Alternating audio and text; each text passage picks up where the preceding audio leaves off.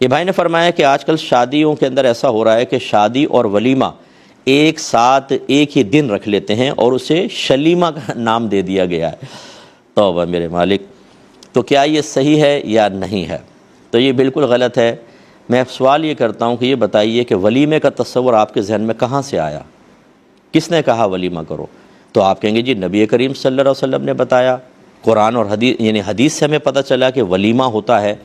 تو حدیث سے جب پتہ چلا تو پھر حدیث یہ بتائے گی نا کہ ولیمہ کب ہوگا، اور کیا اس کو شادی کے کھانے کے ساتھ مرج کر سکتے ہیں کہ نہیں، یا آپ اپنے پاس سے بس ولیمے کا تصور وہاں سے لے لیا، باقی یہ شترے بے مہار ہو گئے کہ ہم جیسا چاہے کریں۔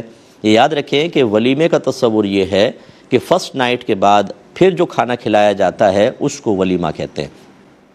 تو یہی نبی کریم صلی اللہ علیہ وسلم کا طریق رہا کہ شب زفاف کے بعد آپ نے کھانا کھلایا ہے صحابہ کرام کو، یا ویسے ہی تقسیم کیا جیسے صحابہ کو بلا کے کھلا دیا ہے۔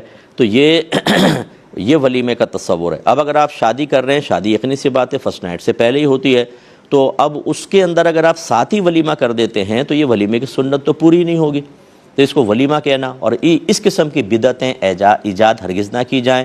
ولیمہ کرنا یہ سنت کریمہ ہے۔ حضرت عبد الرحمن بن عوف رضی اللہ تعالیٰ عنہ سرکار کی خدمت میں حاضر ہوئے تو جسم کپڑوں پہ زرد رنگ لگا ہوا تھا۔ سرکار نے فرمایا کہ اے عبد الرحمن یہ کیا ہے؟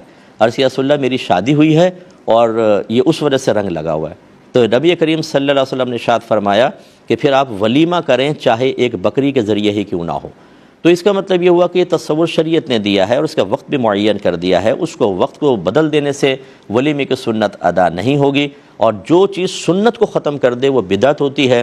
ایسی بدعتیں ایجاد نہ کریں، ورنہ آپ کے بچے آپ ہی کے روش پہ چلتے ہوئے آپ نے ولیمے کو شلیمہ بنا دیا، اس کے بعد وہ اس کو قیمہ کر دیں اور کیا کر دیں یہ اللہ ہی بہتر جانتا ہے، اور وہ ایک چیز پہ بچے نہیں رہیں گے، پھر وہ ہر چیز میں اپنی مرضی اور سہولت کے مطابق تبدیلیاں پیدا کریں گے، اور اسی بنا پر دین کا نقشہ بدل دیا ہے۔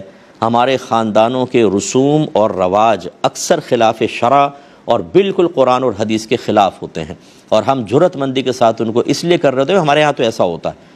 یہ عورتیں مل کر بیٹھتی ہیں نا رشتوں کے لیے، بھئی آپ کے ہاں کیا کیا لیتے دیتے ہیں؟ ہمارے یہاں یہ ہوتا ہے، دوسری کہتی ہے ہمارے یہاں یہ ہوتا ہے، اور ان میں بہت سی چیزیں، ہر ایک کو نہیں کہہ رہا ہوں، بہت سی چیزیں خلاف شرع بھی طے ہو رہی ہوتی ہیں، لیکن چونکہ ہمارے ہاں ہو رہا ہے اور ہم نے نہ قرآن کو دیکھنا ہے نہ حدیث کو، نہ اللہ کا خوف نہ رسول کی کوئی حیا اور شرم، تو ہم خود بدعتیں ایجاد کر کے اور اپنی نسلوں کو دے کر چلے جاتے ہیں، اور آگے اس کا خمیازہ بھگتنا ہوگا۔ تو لہذا شلیمہ پلیمہ چھوڑ دیجئے، آپ ولیمہ ہی کیجئے، اور اس کا طریقہ یہ ہے جو میں نے آپ کو سمجھایا۔ اس میں ایک آخری بات عرض کر دیتا ہوں، بعض بچے ایسے ہوتے ہیں کہ جو سنت پوری کرنا چاہتے ہیں لیکن گھر والوں سے ٹکرانا ممکن نہیں رہتا۔